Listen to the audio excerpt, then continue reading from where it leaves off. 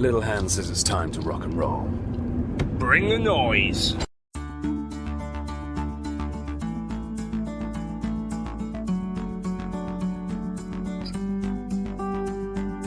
Welcome to 90 for Chill, the podcast. This is your host, Cool Movies Darth.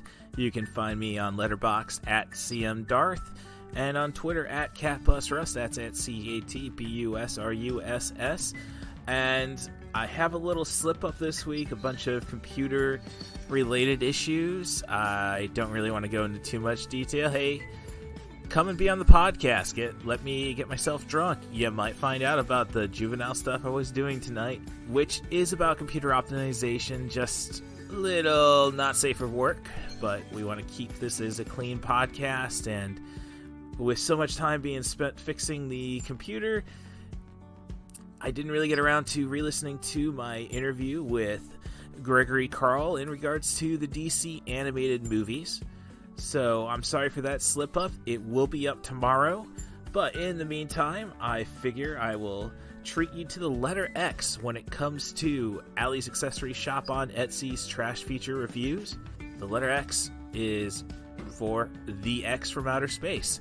And I'm going to play that trailer for you and give you my 2 cents. Again, if you want to be on the podcast, send an email to russthebus07@gmail.com. That's RUSSTHEBUS07@gmail.com. Give me a movie, give me a director, give me an actor, give me a theme. As I say, this week we did DC animated movies. We're soon going to do a podcast about the movie Ready or Not. And I've done my Stallone, I've done my Stuart Gordon. So, a lot of options. Just hit me up with an email. Otherwise, as I say, tomorrow we should have the DC animated episode up for you. So please tune in, and hopefully I don't depress you with this upcoming review. Thanks for coming back to 90 for Chill, the podcast. And thanks, Stacia Hardin, for always inspiring me to keep on going and better myself. I'm sure you're going to try to be proud for me. Have a good night. Now available on video cassette.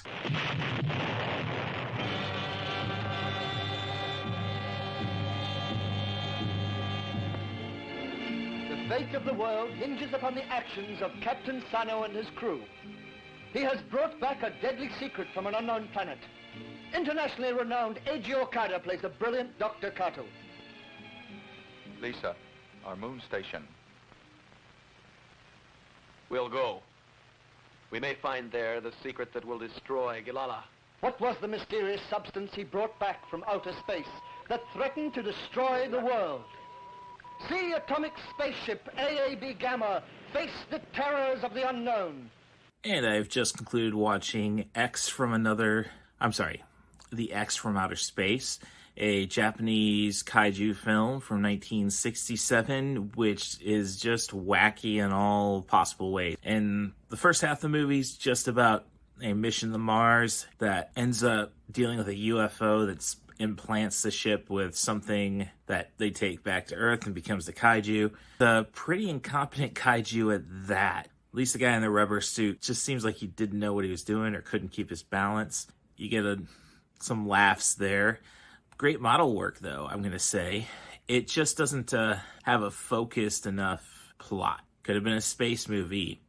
Fine. But you can't do kaiju with not presenting the kaiju at the beginning of the second act. So it's almost like it's a 4-act movie. So obviously that's not going to work in a 90-minute situation. Its characters are fun for the most part. There's supposed to be a weird love triangle, which they definitely don't deliver upon. It's kind of weird in the sense that I think they do the classic Italian means, like they have a white woman as part of the space crew and a couple other Western characters. Basically, they just deliver their lines in English and then they correct that in the dub.